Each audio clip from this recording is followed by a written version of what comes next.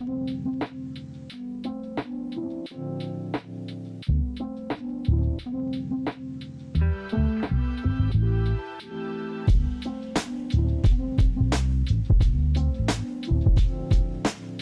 like doing stuff and like, yeah, man. Oh, we got two chats on the screen. Would you look at that? This is why we do a pre-show, ladies and gentlemen. Welcome, folks. We have just switched the stuff over, and we're saying hi to some. We're saying hi to two chats right now, and we're gonna get rid of that. Ladies and gentlemen, welcome on in. We're live. It's 9 o'clock. It's 9 p.m. Central Time, Saturday night, the first Saturday of the year. Happy New Year to you, Mr. Zeke.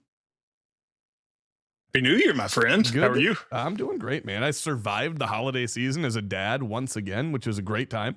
If you've ever been a dad during the holiday season, it's not always the most fun thing in the world. In fact, it's downright stressful a lot of the times. So we survived. We made it, and I'm happy. I'll consider that another mark in the belt, another gray hair in the beard, so to speak, and we'll move on. So, how about you, man? What'd you get up to this holiday season? Juggling kids with a blended family. You know, my kids live with their mom in Kentucky. I live in Memphis, and then my wife's kids, live with us when they're not in college, and then go see their dad. So it was a big juggling act. We actually didn't do Christmas until New Year's week, and so just trying to make it all work. My son's been playing basketball now, so that throws a wrench into the scheduled holiday time. Well, anytime you throw sports into there, it not only does it take priority, but it usually upends the entire life of everybody associated with those sports, not just the players. Ask me how I know. I played hockey for 16 years. Anywho, Zeke, we got a great show for the fine folks out there in the Tundra Nation this evening. Ladies and gentlemen, we're going to be asking for your forgiveness as we're testing out a few new things today, trying a couple of new things, but we got most of the show locked down, ready to rock and roll.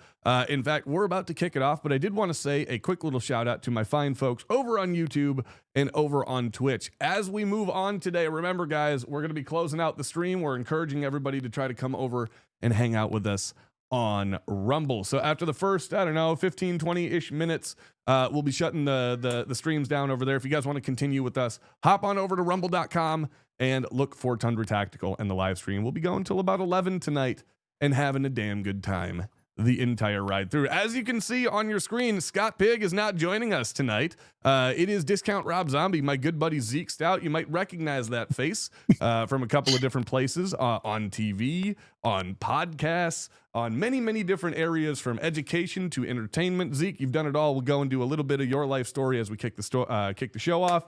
But I wanted to give everybody a little shout out and a reminder right before we kick everything off that the show is officially sponsored by our buddies over at Dead Air Silencers, so make sure to check them out. I can't say a link live on the air because YouTube will hang me, but you guys know where to go to check them out. Happy January 1st, where we no longer have to pay $200 for the privilege of owning a suppressor, AOW, or probably shouldn't do that. Yeah, air dicking is never a good option. Do it like this. Yeah, air dicking is never a good option. Have you ever seen the movie Ricky Stenicki?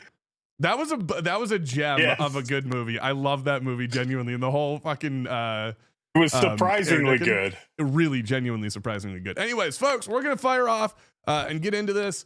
You have a chance to win this thing. I can't do that on YouTube for too long without getting kicked off, so I won't show too much of it. There is periodically there's going to be a QR code that pops on your screen just like this. Scanning that will get you to the place where you can sign up to win what I just showed you on the screen. It's a very, very nice pew-pew staccato CS pistol. They just discontinued them, so I think probably the only way currently to get one of these pretty much new is to win one with me. We're giving it away on the 18th, so make sure to check that out and check out our sponsor, Dead Air Silencers. Let's do this. You ready? All right, I'm going to do a quick clap in. There we go. We're all good. Me. All right, Tundra Nation, we are live. Hey guys, welcome back to the show tonight, this afternoon, this evening, or this morning, or wherever you are in that beautiful place that we call the Tundra Nation. Folks, it is 9 p.m. Central Saturday night. That means we're live, man. We're number one source, weekly gun entertainment news, knowledge, what have you. 1,000-yard death stares into the computer monitor as we contemplate our lives. Podcast hosting extraordinaires. Got yourself watching Tyler from Tundra and Zeke Stout, famously of Discovery Channel TV shows, other podcasts that you may have heard, and many, many other things. Folks, it's 9 p.m. Central Time. Do you know where your federal agent is? Welcome to Saturday night, folks. It's the world's okayest gun live show. I'm Tyler, and this, I'm proud to announce, is our new kind of guest host, consistent guest host, Zeke Stout. Zeke, how you doing tonight, sir? I'm good, man. I am excited. I am ready, and wow, I'm saying a lot. What the hell? All right. That's all right. We can edit all that shit out. Zeke, do me a favor. When Yes. you just absolutely crush it and you just you get the intro done like that in the industry, in radio, you call that hitting the what? You remember this Wall. one? Close. Post. We hit the post on that one. I felt good. We try to rate my intros each and every show, so I can go back and find a good way to improve each and every week. I give myself a solid 8.5 out of that one. We'll call it a fine out of 10. So welcome on in, ladies and gentlemen. I'm your host, Tyler. I'd agree. That's Zeke, and he agrees. And I'm telling you, man, a lot has happened today. Shockingly, I went out to the range for the first time in God knows how long. It was the temperature, I believe the accurate temperature. When I looked at my phone, it read the butthole of Hoth was the accurate temperature outside. That is with real feel and the wind chill, by the way. It still read the butthole of Hoth. And I went out to shoot that fine staccato pistol that I certainly did not show off on YouTube earlier during a live stream, or this live stream. So click on that QR code that I was showing you guys earlier. This one, in fact, that pops up right there. Click it quick. Scan it quick. It's going away. Has it gotten that bad where like you can't even show one and they'll boot you? Talk about it. Wow. How did the gun channels survive? Check this out. On a live stream, if I were to grab the gun with my hand, put it on screen, and then take it away, bannable offense on YouTube. Would you like to know what's even wilder or even more wild? If I had that same gun sitting on my shelf in the background, never touch it, but it is clearly visible, bannable offense on YouTube. Don't even have to touch it. It just has to be in frame, and they can ban you. This is just in lives? Just in lives, correct. That does not apply to recorded videos. so you literally cannot even have them in stream. Logic of anti-gun people. So you can go out to the range and shoot it and demonstrate it if it's recorded. Mm-hmm. But if you show it and it's live, that's more dangerous. Don't ask me how the world is run, dude. I just live here, man. That's a good quote. Wow. Shit. Somebody write that down. That was a good quote. Tundra 2026. Don't ask me how the world is run. Fuck, dude. I just live here. Somebody write that down. That's going to be my profound quote of 2026. And we're checking that box early on the 3rd. Zeke, how the hell are you, man? Introduce yourself to the fine folks that might not know you. No pressure or anything. Although, as we talked about earlier, you're used to dealing with it. 4,700 people watching on Rumble now. They might not know who the legendary Zeke Stout is. Go ahead and introduce yourself, bud. So my name's Zeke Stout. I have been in the firearms industry since 2012. I started Talking Lead podcast with my buddy Marty. X-Ben, and within like 6 months, we were the largest gun podcast in the world. We were in like 117 countries. Damn. I mean, since a lot of people have passed up Talking Lead. It was nuts. That was back in the Wild West where like not everybody you knew had a podcast. But we did that. I parlayed that into working for my competitor. They weren't my competitor at the time, of course. I was working for them. And we won't mention their name. It's kind of like Voldemort, and they shall not be named. Yep. And so I was with them, teaching gunsmithing, hint, hint. And I got this message on LinkedIn. They're like, "Hey, you want to be the gunsmithing judge on this TV show that's going to happen?" I'm like, "Yeah, that show will never happen." So I auditioned. I did it on Skype at the time, and they were like, "Yeah, you got the job. You're going to be the gunsmithing judge." "Oh, wait, we see you've done radio. We've seen you done podcasts and YouTube." And I'm like, "Yeah, why don't you be the host of the show? Let's re-audition." So I re-auditioned thinking, I love that for you, by the way. It's not going to happen.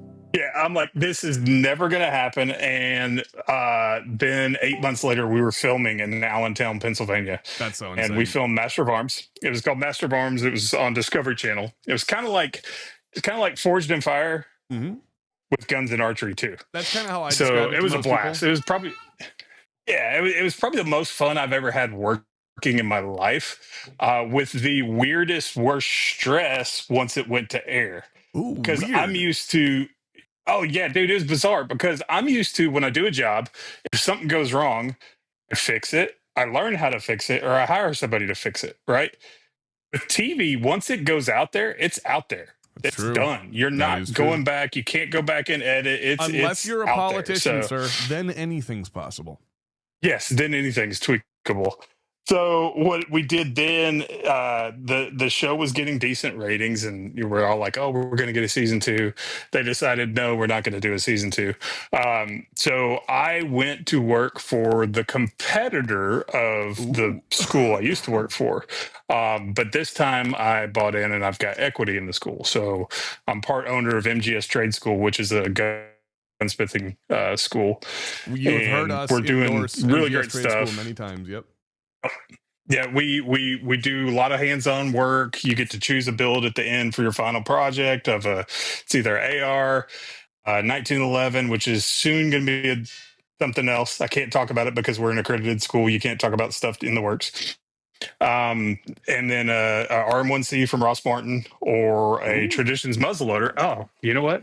That's good timing. This I built my own too, so that's one of the options. And actually, Oh shit, people are yeah, like, dude, that's "Well, there's not awesome. much gunsmith." There's not much gunsmithing that goes in that. How am I? I'm like, well, actually, this one you get the most unique skills out of, because you have to do metal work, you have to do woodworking, you have to finish the You stock, right you've got though. to make everything fit. Where with everything else, it's outside of the 1911, it's pretty much just Legos, right? Modern We firearms talk are easy to put together. we So talk a lot about that here on the show, where we correct each other all the time when we say, yeah, I built a gun this weekend. It's like, nah, we kind of just followed directions and put a couple pieces you together. We played really grown just up Legos. we played grown up Legos. We're not gunsmiths. We don't have a Dremel and a dream. Here's a question for you, actually. Here's a question for you. For all of those fine folks out there with a Dremel and a dream Mhm. right now, but a little bit more dream than Dremel, where would they go? How would they get kind of in the pipeline for MGS, or get in touch with you to talk about firing up a career in the field of guns? So NGS.edu is the website. You can go there, request more info, or you can enroll on the spot if you really like everything you see. You can see everything you need to know about the course. A lot of people still want to call and talk to admissions rep. We're GI Bill, VA approved, so we can handle all that for you too. And that's probably the best bet to do, is just request more info there. There you go, And then guys. an admissions rep will call you. Or if you want to just straight up enroll, just do it that way. There you go. That's the best way to do it. Make sure you say Tundra sent you. We don't have any special codes. Zeke doesn't pay me to do that, but we like helping out our buddies, and our buddies take the time to check out MGS Trade School, and that's what the cool people do. So, highly recommend you do it. Zeke, give me a second. I'm going to go back through chat here just to make sure that I don't miss too much. I wanted to talk. Garen hanging out here. Garen HK06. No AK building. Bummer. Is there going to be AK building in the future for you guys for MGS? Would love to do that, and I had planned to do one with my previous place of employment, and went out to Vegas with Rifle Dynamics when Jim Fuller I was was just still going part to of say, Rifle, yeah. when he was still the owner of Rifle Dynamics, and took his AK builders course. And I realized really quick, you can't do this correspondence. I mean, you would have to provide thousands of dollars worth of tools. That's true. Like the barrel press alone is like $600. Oh, keep talking. Yeah. Wow.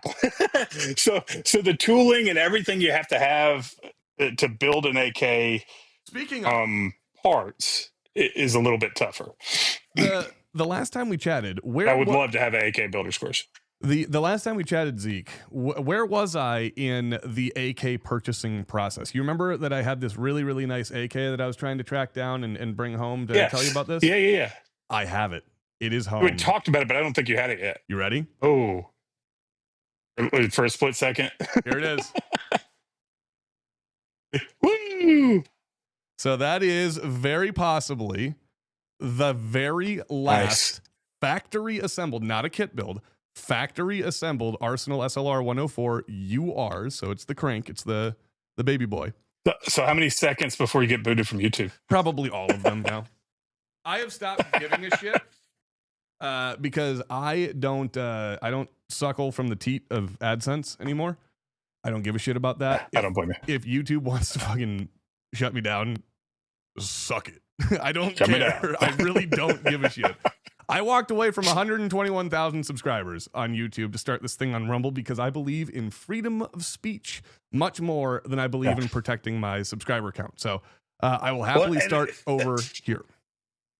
I think we talked about this last time I was on, but I started a golf channel on YouTube for the fun of it. You know, mostly just randomly, my son makes his high school golf team and he wanted to start playing more golf. So I started playing more golf with him. And I suck. I'm not a good golfer at all, but it's fun. It's relaxing. You get to go hang out with your kids or your friends or whatever, and you just act like you're doing something special, but you really all suck and everybody just goes out drinking. It's a good so disguise. I named the channel Dilla Golf.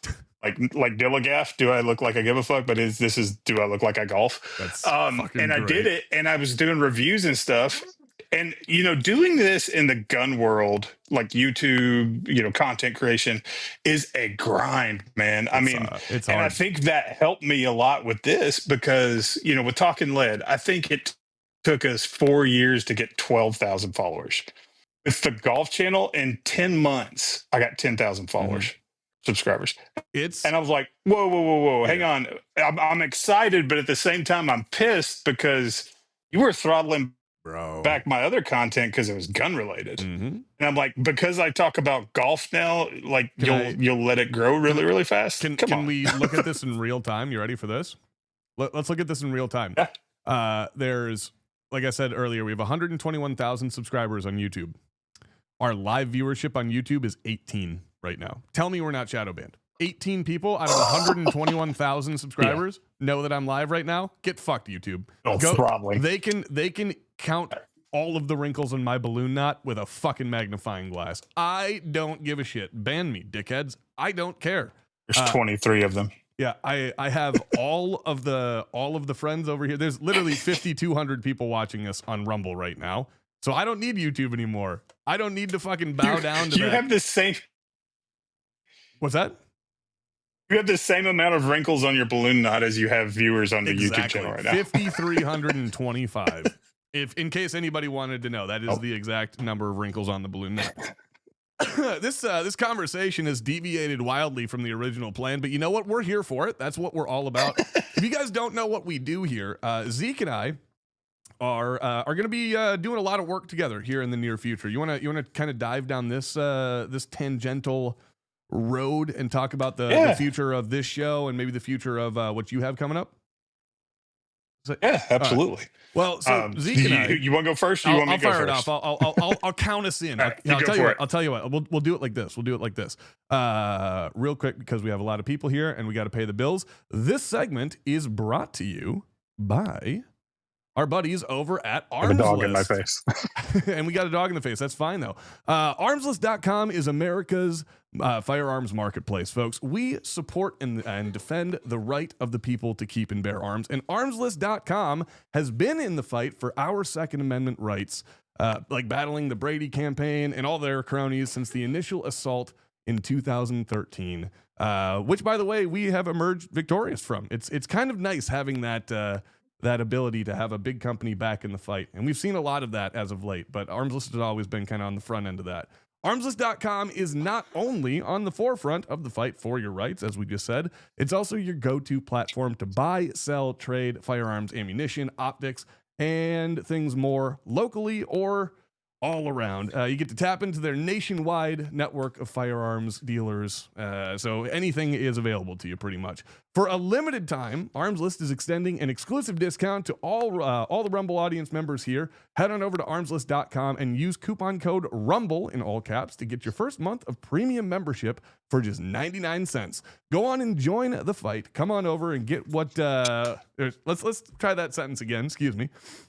Join the fight and come get what they want to take right now at armslist.com. Go check out Arms List, and thank you guys for sponsoring the show. Let's get on with the bit. Zeke, we've got a lot of fun things coming. Specifically for this show, what's going to be happening is you're going to be guest hosting on a pretty consistent basis. Scott is going to be our current host.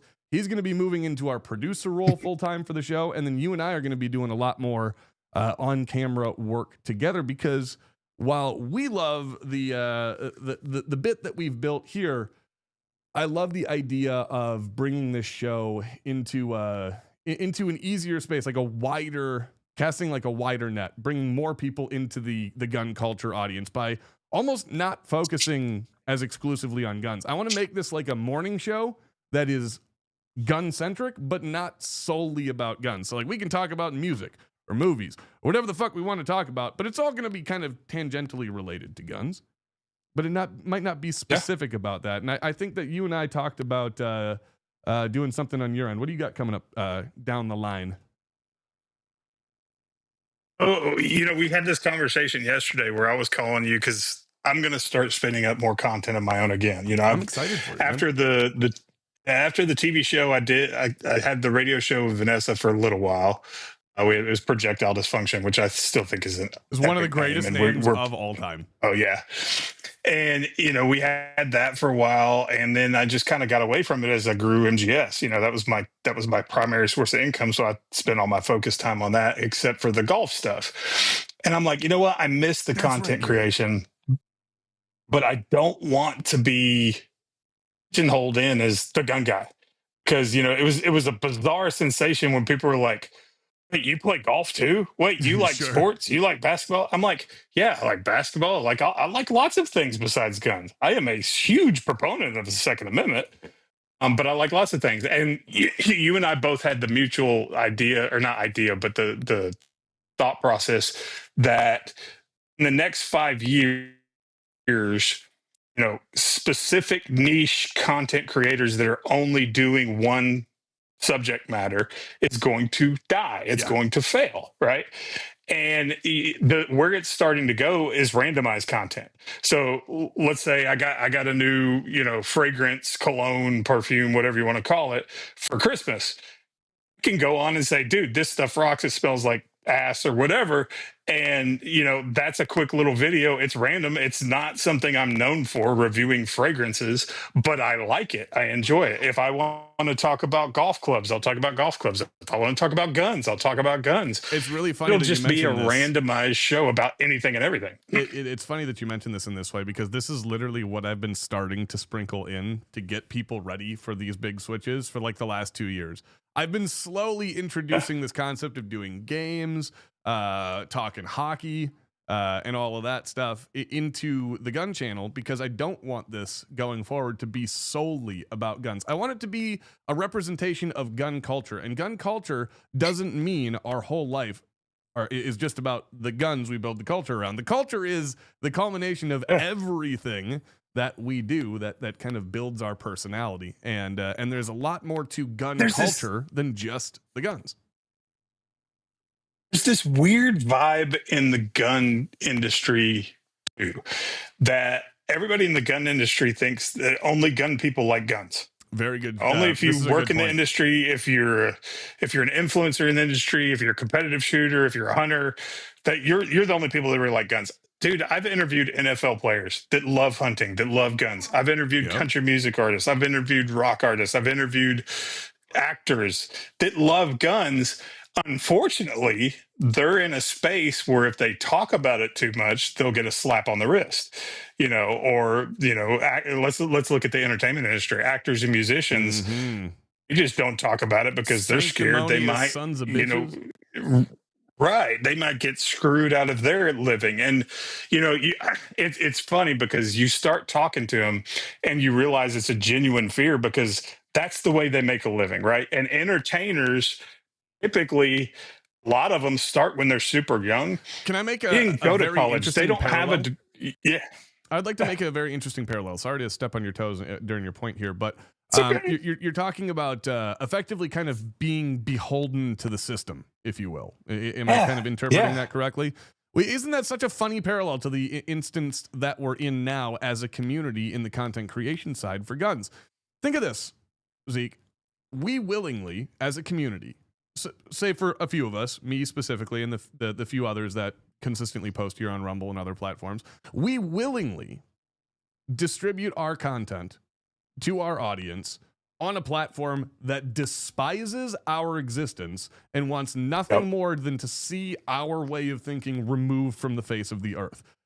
We willing, I'm going to say this again. I want you to truly understand, you as a fucking patriot, you as somebody who stood up in front of thousands of people, I'm sure, and talked about how they despise tyranny. You and I willingly watch content on that platform. Why? Because it's the way it's always been done. Because it's convenient. And that's where we're at right now. As a community, I'm going to call a lot of people out tonight. I'm going to do this every week until people start paying attention to that weird guy on fucking Rumble. But every single week, I'm going to say this. And it's going to hurt. A lot of people are going to watch this right now and they'll be like, that guy's a douchebag. I'm not watching this anymore. I'm sorry, but this is reality. Reality sucks sometimes. We have gotten weak as a community. We have gotten on a soapbox and we have found it, for 10 years, we've got comfortable fighting, quote unquote, the fight on YouTube. And we've always masked this comfort as a genuine fight. We're keeping the fight going behind enemy lines. We're wasting man hours at YouTube. But now there are genuine other options available. I'm going to be the Team Green proponent, but I'm not going to try to tell you to go one way or the other. I want you to genuinely make that decision. If you want to listen to me and say, hey, Rumble's the way of the future, great, that's outstanding. If you find another option, great, that's also outstanding. But I want you to think for yourself. Here we have a bunch of people regurgitating a message of freedom, a message of standing up to tyranny, and a message of, don't tread on me, this, that, and the other, gun culture stuff, right, Zeke, what we're known for. And then they're going to YouTube and asking fucking permission to post it. Do you see something wrong with that picture? Just a little bit. Do you just see the ultimate irony here? What? There's a major problem in the gun industry right now that we're not talking about because it hurts, because it attacks us and it calls us out. I'm going to start doing it because we need to get called out. We have gotten too fucking comfortable with the status quo. Try to talk to somebody on YouTube right now that has any number of followers and try to convince them to give those followers up to start new on Rumble or anywhere else and see how many people are willing to jump ship and do it. I guarantee you it won't be many. And those are the folks that you're going to find that are either, you were talking about entertainers, they're either advocates or entertainers. But we're gonna start realizing who's who and what's what real soon. I'm not going to use any names, but I've already started to see some cracks. And the frustrating thing is, for some of them that are dug in and that's where they've made their money, they're scared to go to places like Rumble or anywhere else because there's been a few different websites that have popped up that have been strictly gun content or strictly conservative content. That's been the problem. And exactly, that's the problem. We're going back to our theory about randomized content, right? If you have an echo chamber, well, we agree with everybody on Rumble, we agree with everybody on conservative tube or gun tube or whatever we want to call it. It's an echo chamber. And eventually people go back because guess what? They got to put a new alternator on their Honda Civic. And they go to YouTube and they're looking up alternator replacement on a Honda Civic. And then they see, this cool thing about a basketball play. And then they see this thing about guns because there's still gun stuff on there. And then they get stuck in YouTube in the randomized content. And that's what feeds that beast. Rumble, full 30 doesn't exist anymore, I don't think. But that's the obvious choice that everyone references is full 30.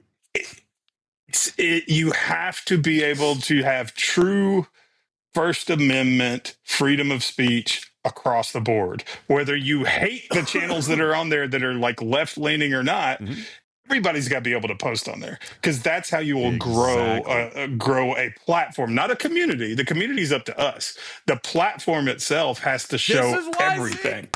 This is why you're sitting in as the guest host now. What a play, dude. That was such a good point. Say that last thing one more time. It's up to us to build the community. Say that again. All right. It's up to us to build the community. It's up to the platform to grow the platform by allowing any kind of community within the rules. Like we don't want, hey, I'm a pro murder community or I'm pro against the law shit community.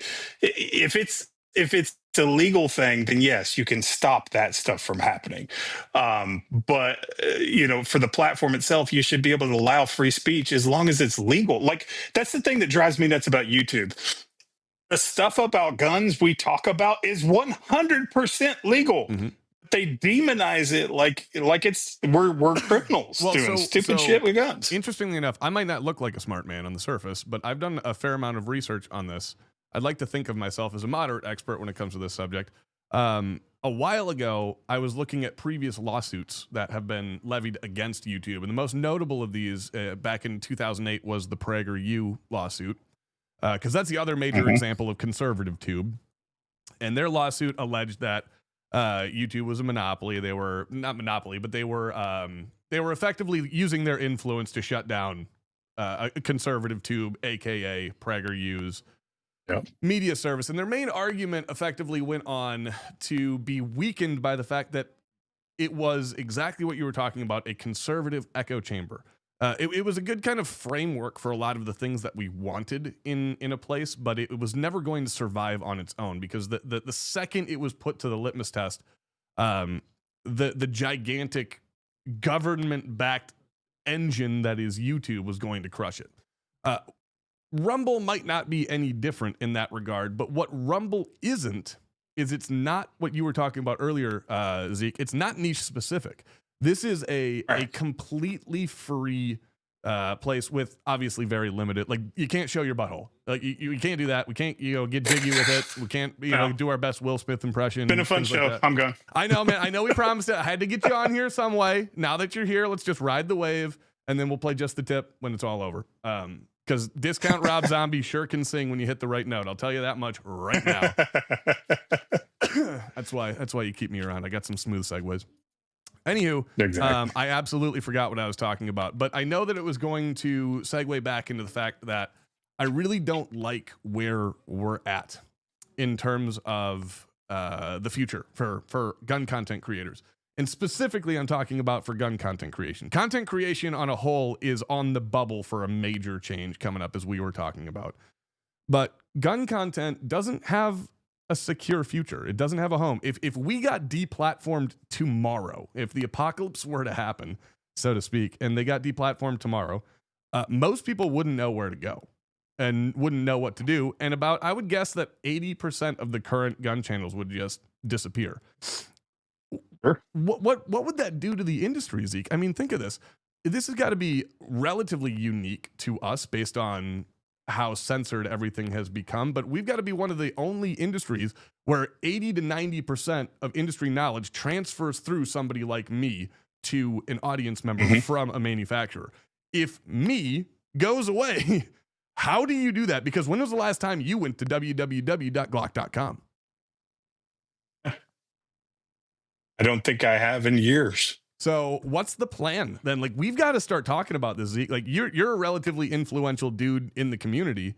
We've got to get people like yourself and quite a few. I'm not trying to put you on the spot or anything. I'm just saying, hypothetically speaking, we've got to get the big influential movers of the community to start talking about this. I don't care if they look at Rumble as the viable option. I just want somebody to start looking at options. And we've got to look and talk about, why do we find it acceptable to post our message of freedom on an inherently tainted platform that despises our existence? Why don't we put all our heads together and start saying, we need to look at moving and taking our viewers elsewhere? And it might mean starting over. Well, It might mean we're back to the business side of it, right? Yeah. Rumble is starting to get traction. And it's doing a good job. Out of all the different ones that have tried, whether it's Vimeo or who the hell else, Rumble has gotten the most traction, especially for people in the 2A community, right? 100%. But unfortunately, when it comes to business, you throw your money where the eyes are. That is very true. And a lot of people don't even know about Rumble. I mentioned to people at gun ranges who are super gun friendly. Oh, did you see so and so on Rumble? Oh, what's Rumble? Just YouTube. It's branded into their brains. It is, because let's face it, it's like YouTube is the second. YouTube is the second largest search engine behind Google. Mm-hmm. A lot of people don't realize that. It is the second largest search engine behind Google. It has been that way for well over a decade. But that is the default reality. Is it's the brand recognition syndrome, right? It's seeing a box of Kleenex, understanding that it's not necessarily a box of Kleenex. It's just what you see as those little tissues you call Kleenex. That's a brand, but you associate that brand with the entire range of available options. So to me, that seems kind of indicative of brand recognition, effectively. YouTube being the only major option for free, quote unquote, media hosting. Yes, wild Discord. For, I don't know, since 2004 or whenever it came out. So, wasn't it? Yeah, it takes a lot to break human nature, and it takes a lot to break those habits that we built up over a long time. And I'm not frustrated at the fact that people aren't just blindly jumping ship and trusting the first thing that I say. I understand it takes a lot to kind of get the herd to move. I have an interesting theory about this. I have a feeling that this industry, our firearms industry, is a lot like, in one of the unique cases where it's a lot like other industries, in the sense that you got kind of a triangle of major pieces to play with. You have your audience members, your influencers, and your advertisers. If you grab the attention of any two of those and move them to a new platform, you get the third one for free. It doesn't matter which two. If you get the audience and the advertisers and they go to a new platform, your influencers follow. If you get the influencers and the advertisers and they just disappear off YouTube altogether and move to a new platform, the audience will inevitably follow. There'll be a speed bump, but we need to trust that everybody knows what the fuck they're doing now. We live in a day and age where time advances in the forward motion, not backward. So the people who grew up with technology, shocking, are now old, like us. So everybody knows how to use technology. Everybody knows how to run this shit. Everybody knows how to fucking Google Rumble. Go to fucking rumble.com. It's not that hard to get there. You just got to give people the option, and you got to start posting there. We don't need to have it take over. We just need to commit to something. And that's, well, simply, like, we don't need to be on YouTube at all. There's nothing that says we have to. And it boils down to this, my businessman's perspective that pays influencers. Like, I've grown 2 different companies strictly using influencer marketing. That's it. And grown exponentially. I have to go where the money leads me, right? And Rumble is only now starting to get the traction. That is very true. And I'm not going to say who, because they're still good friends of mine, but they had a channel on Rumble and we threw some money at it for about 1.5 years and we didn't get a single lead. And I think that was 3-4 years ago, maybe. Sounds about accurate. Where it just wasn't getting a lot of traction. Now we threw some money towards you for the range day event, and we got traction off of that. So now I'm going, okay, Rumble is giving me traction. Thanks for that feedback, by the way. I didn't know that, and that is outstanding news, because it, as you well know, as an influencer, sometimes it is difficult to tell where to put a a good chunk of your attention and effort. So that's outstanding, genuinely outstanding. They were fake and they were from Nigeria, but we still counted it. It's put it on the board, baby. Put it on the board. Count it. Where's my round of applause? But the majority of our money that has paid off has been on YouTube or Instagram. You know, it's unfortunate, and that's where YouTube has the stranglehold with influencers that are generating revenue and making money. Is, you know, they can say, "Hey, screw everybody. We're going to make a stand, and we're going to go to YouTube. I mean, go to Rumble." But if all of a sudden the people that sponsor them, revenue starts to drop because of it, They're going to pull their Well, sponsorship. I would like to. This is going to sound so bad, and I'm sorry, guys, in the chat. That I'm going to toot my own horn here. I've been told by a few people that I need to start celebrating my wins and stop being so fucking apologetic all the time. So I'm gonna make an experiment, work outside my comfort zone. Zeke, I know you can appreciate that. So I'm gonna do something. I'm gonna brag a little bit, and I forgot what I was gonna brag about. Fuck, I set it up and I forgot what I was talking about. What did you just say? You just said something that inspired me to brag about myself. Talking about following the money, make more money, sending it. Yeah. Don't worry about it. It wasn't worth it anyways. Somali. Yeah, probably. Somali fake leads. They probably stole all my money. That's what they've been doing for fucking years up here anyways. I'm going to turn off my camera for a second. I'm going to go move my internet. Okay. See, because I just noticed on the Rumble live stream that I'm blurry as hell. Hey man, all we talk about it's that smooth, silky, buttery voice. That's what we care about. No. There we go. I think effectively I'm still here. Ooh, we're getting the double on me, but that's fine. Effectively, what I wanted to talk about was just getting it, like planting the seed in everybody's idea about it doesn't have to be Rumble, but start to think where could we go? It has to be free. Like I get that Pepperbox exists. I get that We the Free exists. Those are fantastic services. I'm not talking down against those at all. They're run by people I know and love. And they need to be part of this, but they're paywalled services. They are things that not everybody just by default gets access to, and we need a place to exist in that regard. That every single human being on planet Earth can get. I know where I'm going with this. Go ahead. I think our best shot is Rumble, just because it's got traction, and Rumble has stated, and I think I could be wrong. They have people from every viewpoint on here. Well, that really is like a great indication as to why I'm here. When I made the choice to kind of hitch the wagon to Rumble, they were in the process of like state level talks with Russia, Brazil, and France, all in the same year. And we're talking like billions of dollars of state level guaranteed money.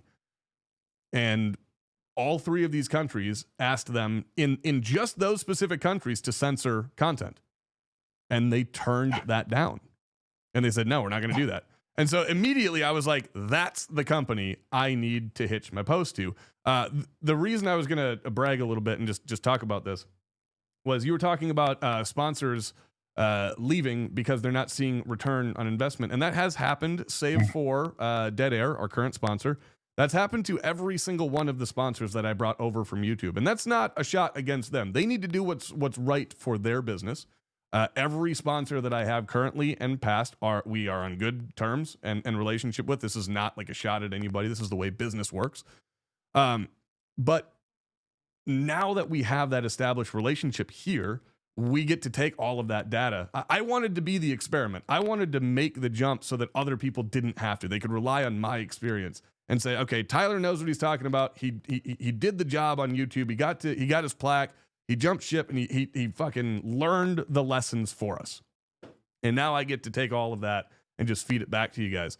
But I let all of those sponsors go willingly. I didn't chase new ones. I didn't say, well, all my sponsors are gone. I'm going to go back to YouTube where the money was and it was working. I'm still fucking here.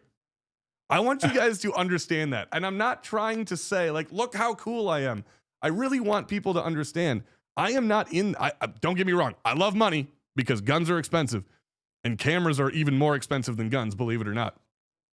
But I am not in this primarily for the money. I never have been. And when anybody tries to question that, I want them to look at this and I want them to say, I let the 121,000 subscribers go on YouTube because I didn't want to post my message there and tell people to fucking, I don't know, live by a rule that the platform that I'm posting it on doesn't believe in. Couldn't do that anymore, so I didn't give up on it, but I said, I'm taking my views elsewhere. And we did, and we've stuck to it. The only time we post here is on Saturdays to encourage people to come over to Rumble and watch us there. But now that we have this established and we have a little bit of fun, you're talking about like the word is starting to get around and get out there. And this is a great time to be in the Rumble pipeline at the beginning. So if you are a content creator, There's quite a few people still watching. If you're inspired and getting ready to get into that business, do it here and do it on Rumble. Get that audience established early, because when this thing starts skyrocketing, and it will, there's a lot of new stuff coming. I've gotten a couple of good emails that have made me privy to some interesting and fun things coming down the pipeline here at Rumble, and I'm really excited. One of the other cool things. I'll launch the Zeke Stout show on here, dude. I'm excited for you. I'll talk to you offline about some of the cool stuff coming. I think you'll be interested in this too. But Zeke, one of the other cool things I just found out is the executive team over on Rumble. They have a couple of people that have worked in the industry for like KCI or for Magpul and things like so. Nice. They kind of get the plight of the gun tuber. Yeah. They understand it, and so it's not fun. No, it really isn't. And it's not an easy thing to do. Now, it's a good feeling when you look at like a potential future media partner and you say, oh, people that have worked in this industry have seen the other side of it from the manufacturer's perspective and seen what it's like to work with gun tubers. Now those are the people I'm interfacing with at Rumble. And I think that's a cool, dope thing. I think as you're giving your speech on Rumble, and we've already talked about the randomized content, I know I did kind of go on a speech. The key to Rumble now. No, you're good.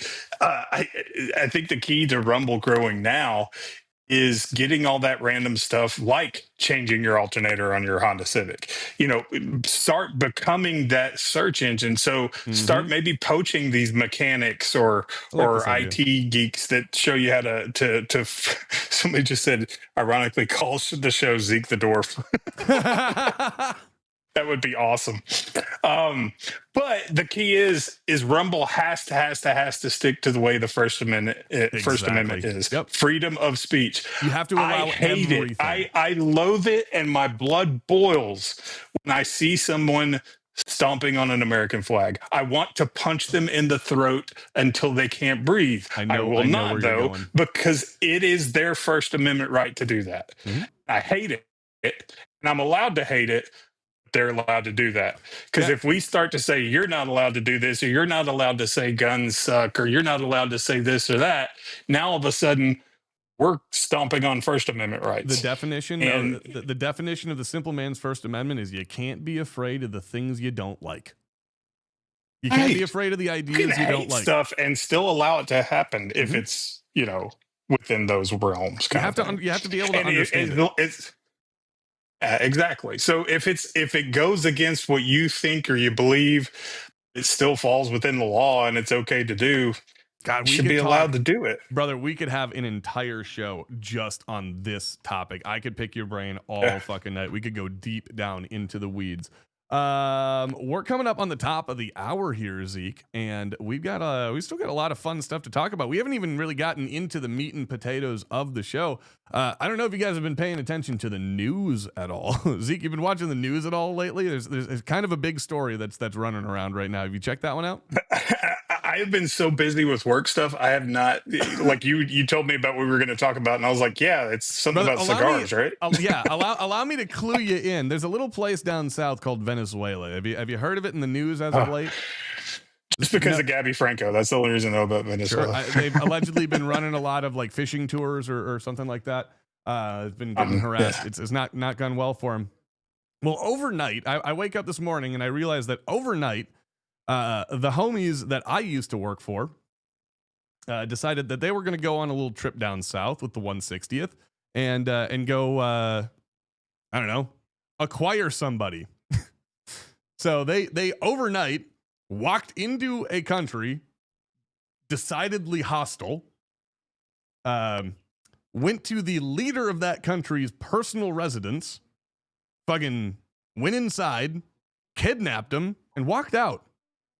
And I want you to sit there, and I'm going to say something, and I want you to try to process this with me, because like I've got to, you and I know some really cool people who have done some wild shit like this level operation stuff. 7th group dudes, probably down there. Some of the people that you might have been doing the Green Beret Challenge with might currently not be in the country right now. We don't know. Who knows? But what I am saying is think of this idea that we live, regardless of your politics, because I love the idea of proactively taking care of people who say, fuck you, try me, when they're dealing with the health and well-being of the generations that have been affected by drugs in our country. We know that the war on drugs never worked, so yeah, why not play their game? Just cut the head off the snake. Anyways, regardless of the politics, think of it from this perspective. We live in a time as part of a nation that has the military ability to make a decision to walk into a country where they are hostilely not welcome, abduct the leader of that country, and leave, almost uncontested. Almost. Brother, that's fucking wild. That is an insane statement to say in any way, shape, or form. Has that ever been done? In the history of time, has any nation state? I'm sure it has at some point in time, but like modern history, right? Since pew pew, since guns, it has been known. Has any nation walked into the nation of another country, went to the residence of the fucking leader of that country, and said, "You're mine now," and left? No, I don't think. Well, if it has, we didn't know about it. Brother, would you like to know something that is even more wild? Because well, that's true. Panama. Oh, good point. Yeah. Okay, fair point. But this was over in an hour and a half from start to fucking finish. Mm-hmm. Okay, we started the show 50 minutes ago. In 40 minutes from now, that will be an hour and a half. Meaning, in that same amount of time that we have done this show plus 40 minutes, the United States Special Operations infiltrated a fucking country, dropped out of a bunch of helicopters, went into a building, captured a head of state, left that building, and left the goddamn country in the same amount of time. My ADD's kicking in. Keep talking. I'm going to show you something. Please, by all means. For me, I don't know about you, chat. I don't know about you. Like I said, I'm going to try to ignore the politics of this. I have my very, I'm very pro fuck bad guys up. Yeah, GWAT speed run. It's not like we haven't had experience doing this. The old GWAT guys, the old E4 mafia that cut their teeth kicking in doors all these years in Afghanistan and Iraq, those are the guys fucking calling the shots now. They're all the E8s and everything, E7s, E8s, and all the officers. I think my desk is possibly falling apart as we speak. We need to fix that here soon. Anyways. Let it fall apart. Yeah, I know, right? It's not like I have $1 billion worth of monitors on this. Anyhoozle, to me, that blows my freaking mind. To say that we live in a time attached to a military that is powerful, I don't even think is the right word. Just so efficient that ballsy. Yeah, exactly. Who dares wins is the SAS motto. I think we might have to just steal that one now, because once again, how do you come up with that? That has to be, if you've ever been in the military and you've ever been involved in planning in the military, there's always that one person who tries way too hard to come up with an overly complicated plan to make himself look good, and he can have a cool PowerPoint and everything and get promoted because of it. And then there's the person on the opposite end, the smooth brain. The quickest point between two objectives is derp, and whatever derp implies is variable. It just can kind of be whatever it needs to be at the time. That's us, and I don't know. I love that approach to this. That's somebody saying, can we just go and get them? Has anyone thought of that? And I guarantee everyone was like, fuck, dude, I don't think anyone did bring that up. Can we do that? And everyone's like, I don't think we can legally, but has that stopped the CIA from doing shit before? No. Okay, green light. So we're talking about Panama, and my ADD went off. Hit it. And I'm like, okay, I've got to show him this. I can't tell you how I came to get it, but do you remember Noriega and his speeches? He would slam the machete against the podium as he talked. Yo, that is one of them. Kidding me. I wish you Is that weren't in not potato cool? quality, but that is so fucking gnarly.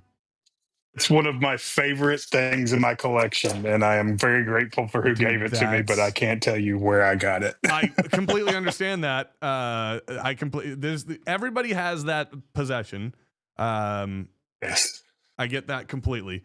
That is wild. Thank you for showing that with me. Because holy crap, what a cool What's thing. funny is he had a bunch of them made. I mean, there's just a ton of these. Dude. And it's just dull. Like, I don't think this was ever used for anything but pounding on a podium as he gave a speech. That's it's what it represents, right? It's what it represents. And only a few people watching would even who's Noriega? Who's Noriega? What? Is that a drink? It sounds like an energy drink. A refreshing beverage, doesn't it? Hey, maybe we need to start a new energy drink. Jake Paul introduces Noriega, the refreshing new drink. Come on, you know it's gonna happen now. Oh, I just got a message from my wife who grew up in Panama. I just got a message from my wife who grew up in Panama. And she said, today is 36 years to the day we captured Noriega. A fitting, I suppose. Think they may have thought about that before you think they may have thought of that before this Venezuela thing? Sending a message. Mm. I do like that. Interestingly, we did it before. We're going to do it again. Zeke Stout, there's a great parallel that I just thought of here. Holy crap! How have I not made this parallel? I've got a great way to tie this all back into guns. When they brought Menudo into the country and they actually charged him. By the way, I know his name is not Menudo, but that's what I'm fucking calling him because it's the funniest thing in my brain, and I'm sticking to the goddamn joke. So whatever his name is, Molina or Mariola or whatever his fucking name is, I'm calling him Menudo. Duro. Yeah, Moderna. Fucking that was which is a cigar. Yeah, yeah. Maduro's the cigar, Moderna's the shot, and fucking Menudo's an '80s Mexican boy band.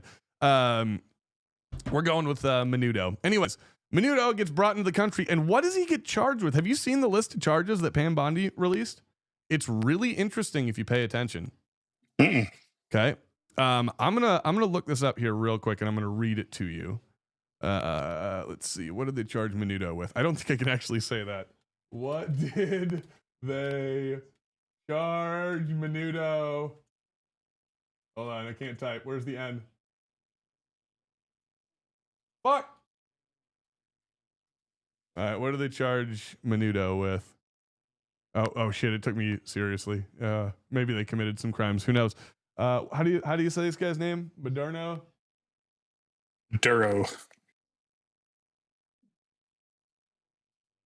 All right, let's see.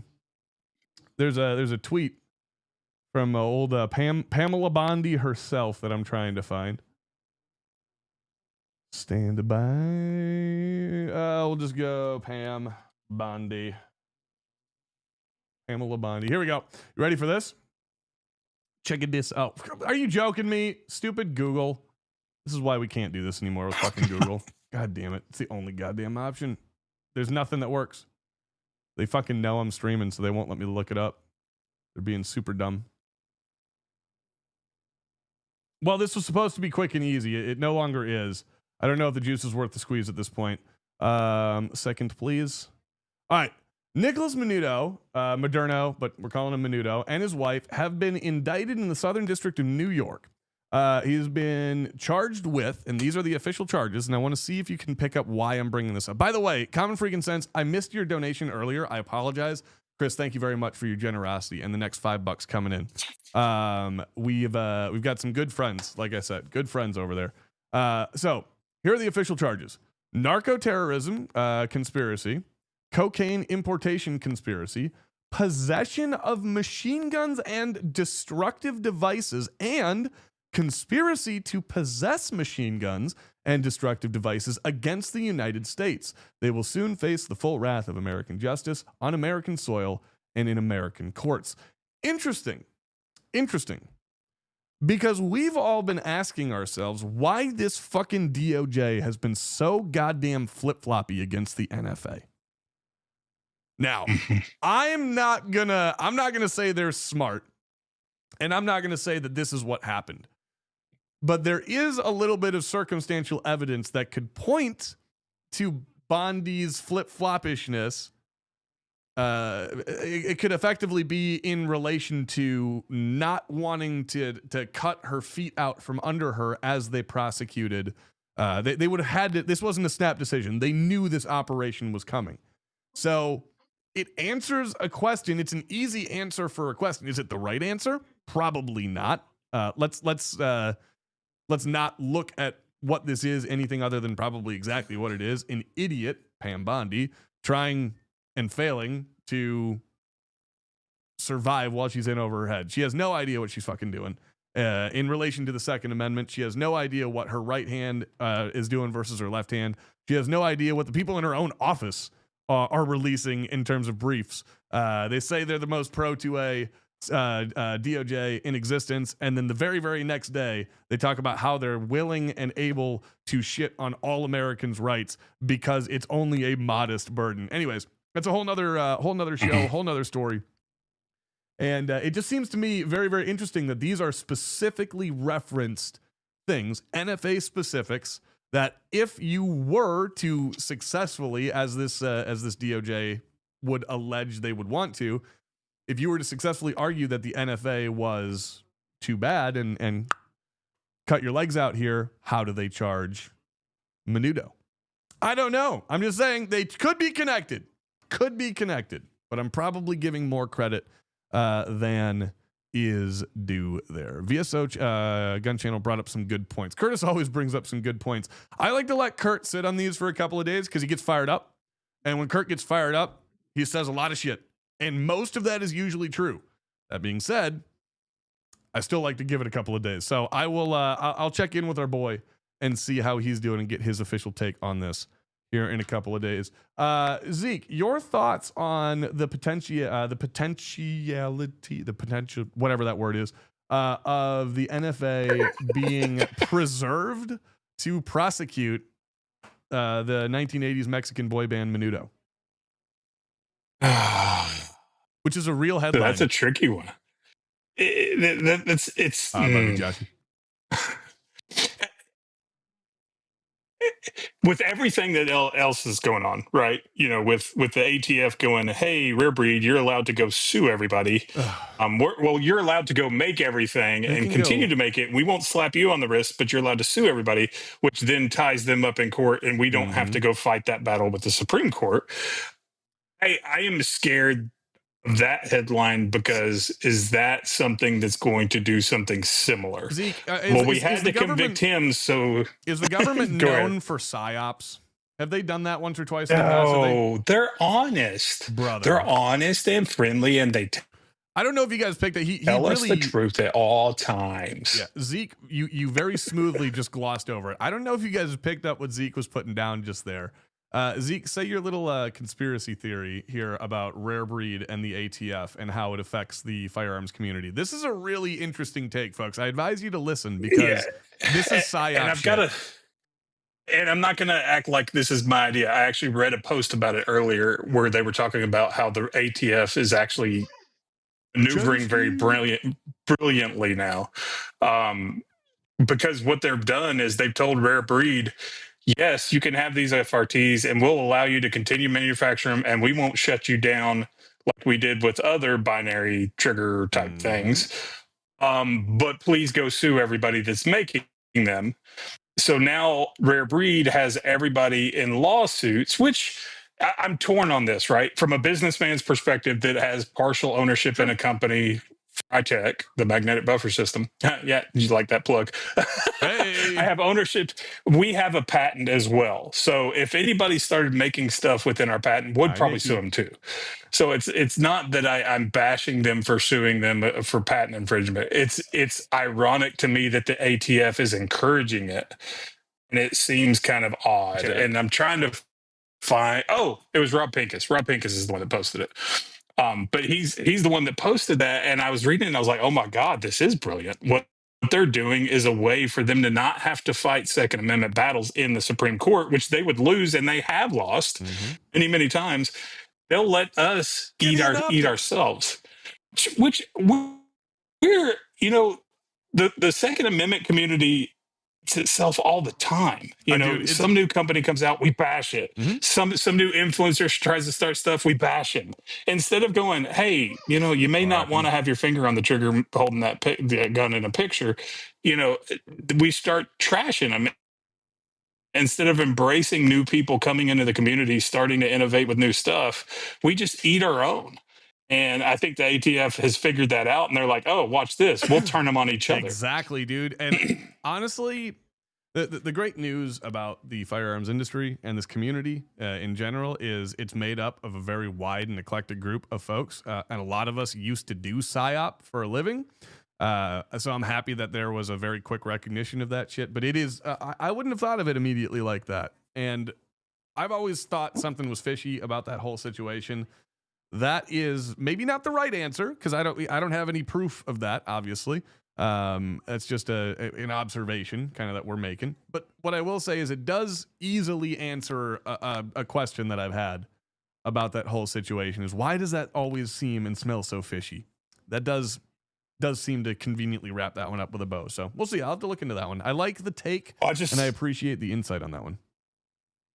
Just saw where Gideon Optics said that the ATF didn't say they could sue everybody else. They told them they have to sue everyone else, which that even gives more credence to that conspiracy theory of, hey, we're not going to fight you in the Supreme Court because we'll lose.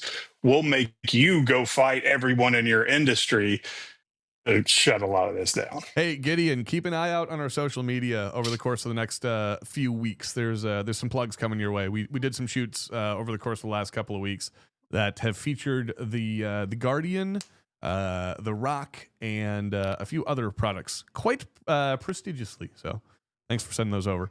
Gideon Optics, ladies and gentlemen, in the chat, one of our former sponsors and some of our bestest and goodest buddies in the industry, Mike and Bob, hanging out with us in the team over there. And we love them. We say hi.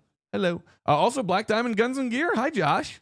Hanging out with us. Another fantastic firearm stream with those fine folks. Black Diamond and fellow Tennessean, right? Yes. Fellow Tennessean. Just outside of Knoxville there. My homiest of homies. He's my good boy. He's on the other corner. I've got so you want to hear a great story about Josh from Black Diamond Guns and Gear?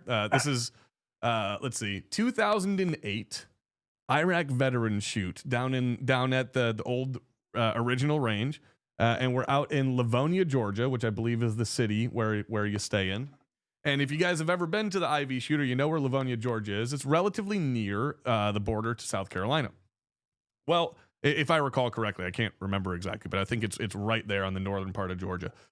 Well, anyways, the year we get there was my first year going to Iraq veteran shoot, and I was going to meet like Brandon for the first time, Brandon Herrera. I was going to meet my buddy Josh from Black Diamond Guns and Gear for the very first time. And or maybe this was the second time. I can't remember. It might have been the second time. Nope, this was the first time. And we get down there, we're calling everybody up, and it just so happens the day we arrive is also, shockingly, my birthday. And so we're primed up. We're ready to have a great old night. Well, it turns out there's not a lot of stuff to do in good old country town Livonia, Georgia. It is my birthday, and I'm determined to have a grand old time. So I summon the only good old Southern boys that I know, and their names at the time were Josh and Josh. From Black Diamond Guns and Gear. And I'm with my camera guy, Bryce, who's a Yankee like myself, good old Minnesota boy. And we had driven down from Minnesota all the way to Georgia, stayed in Nashville overnight, and made the shot the next day. We're exhausted, but we're ready to go have a good time. Because like I said, it's my birthday. We get out, we call Josh up, and he's like, hey, dude, I think I found a place. It's this barn out in the middle of nowhere. It's just over the border in South Carolina. Go check it out. We roll over there, and we kind of find this place, winding down, some back roads. We think we're going to get murdered. This is like some Hills Have Eyes shit. Gideon, thank you very much. Who's going to GunCon 26? I will most certainly be doing my best to get there. Is he having it this year? Say it again. Is he having it this year? GunCon, that's Patton's thing, right? Is Ohio. He went to that place in Ohio. Yeah. It's somewhere still in Ohio. Well, the one he had it last year, I bet they don't go there again. Yeah, no, they won't go there again. But he just announced it. It's in Ohio. In Seymour. Okay, there you go. Is that where you're saying that's where it was? Black Diamond. Anyways, Black Diamond, he's like, go to this bar. We'll meet you there in an hour. We get there way ahead of everybody else. And I've lived in South Carolina. I've lived in the South before, and I kind of know that there's still some tension between Northerners and Southerners in certain areas. So I get out the car, and I'm just kind of sitting on the hood. We're in the parking lot of this. It looks exactly like a barn, but it's a 2-story bar, karaoke bar on the inside. And there's a bunch of cars outside, and it looks like exactly what you would expect a bar in the middle of the woods down south to look like. Just picture whatever you're picturing right now is exactly it. Bryce starts to walk in. I say, brother, you cannot go in there. You can't just walk in there talking the way we talk and expect everybody to say hi and welcome you. These people know each other. They don't know us. We need to wait for fucking representation. If we walk in there without some form of like good old Southern boy to give them the thumbs up, we might get shot.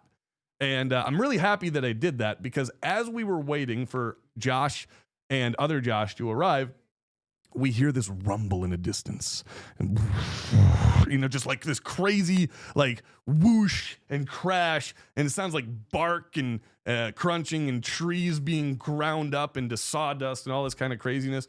We hear potentially distant hooting and hollering off over the horizon, but we're surrounded by woods. And there's obviously a car speeding towards us at great speed, not on the road. It was really weird. No headlights, no fucking nothing. But this car is wide the fuck open. Just, and it's getting closer, and we still don't know where it's coming from. It sounds like it's about to hit us.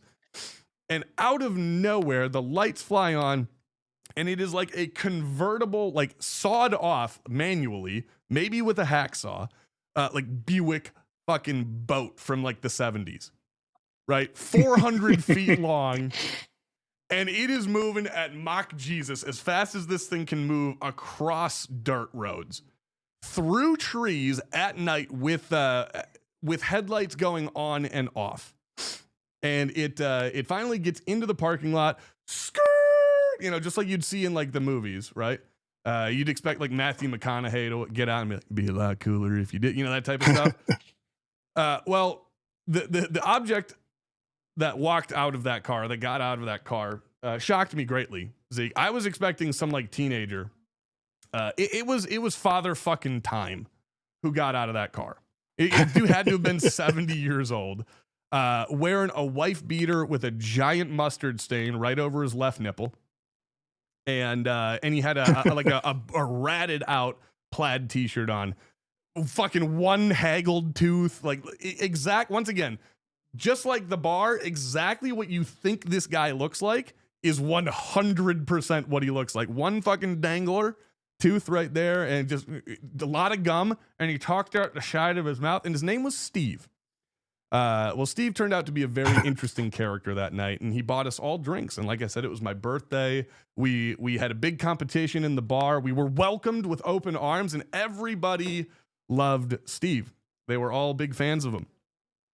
And it's very important to remember that Steve was wearing this really ratted like flannel overshirt. He had his wife beater on with the mustard stain, but he had a very distinct ratted over flannel shirt. And we're playing karaoke. We're singing karaoke. We're playing pool, darts, the boxing game where you try to set the record and all that shit. And this is going on all night, and we're having a great time, if you know what I'm saying. Quite a few drinks in. I haven't paid for anything because once again, it's my birthday. Did the Wild just tie it again? Fuck yeah, they did. Brock Faber! Hell yeah, the ADD's kicking hard. I apologize. Anyways, it gets time to start wrapping up the evening. And Steve's like, all right, come on with us. We'll hang out outside for a little bit as they close down the bar. I know the owners, they won't kick us out. And we're like, fuck, dude, this is great. Like, who'd have thunk we'd be meeting one of these like genuinely good guy down south, human beings, just salt of the earth, Southern hospitality. It's really real. This guy had been an ace to us all freaking night. Just a legend. And we walked outside. It was a real hot one that night. And he had just got done singing some Journey song at the top of his goddamn lungs. So he was sweaty. He goes outside to have a smoke, and he takes his flannel shirt off, and he is covered from head to toe in every manner of swastika tattoo you could experience. Oh, wow. He was the biggest Nazi I've ever encountered in my entire life. It was just hilarious. Wow. It was one of the most genuinely hilarious nights of my life. and it was with Josh from Black Diamond Guns and Games. That's how you know you have a good friendship, is when you experience nights like that. And that was absolutely. in 2018, and I can still tell that story with that level of like lucidity to the event. I genuinely adore the feeling I get when I remember that story, because I remember feeling like I was on a ride at Disney. I genuinely did. I was like, there's no way. Really? I thought the guy was a bit. I thought somebody had paid him money to act. That's how perfect it was. Like every stereotype, he sounded like his first name should be Cletus. I don't know how else to describe this dude. He was a perfect, and I mean this legitimately. He was a perfect caricature, not character. He was a perfect extreme. He was a perfect level of like hyperbole to what you would expect like a Southern redneck or hillbilly to be. And just super cool the whole night. And then takes off his shirt and is just, like I said, his whole body, except for that like one spot right here where we could see, his whole body was just covered in swastika tattoos. Biggest Nazi we've ever talked. So we called him Nazi Steve, and then we've only spoken about him in hushed whispers and tones on live streams from time to time as we recount that story. One of the greatest nights of my life. Not trying to say like I love Nazis or anything like that. That's definitely not the case. It's just you don't run into situations socially where you interact with people like that. And it's a weird experiment not knowing that about somebody, having them treat you like a rock star all night long, and then that becomes revealed after you've had an opinion made up about them. Like, this guy's great. He's awesome. Oh shit, he's a Nazi. Fuck. You know, like, can you imagine what was going through my head that night? I'm over here like, I swear to God, some of my best friends are Jews. You know, still a true statement. But anyways, you get the point. That's with our buddy Josh from Black Diamond Guns. Is that the same thing as I have lots of black friends or lots of gay friends or lots of ex-friends? By the way, we are getting into way too spicy territory from YouTube, so I'm cutting you off, YouTube. Come watch us over on Rumble. Rumble.com/Tundra Tactical, just like you'd watch us over on YouTube. Come watch us over on Rumble. Same thing with you.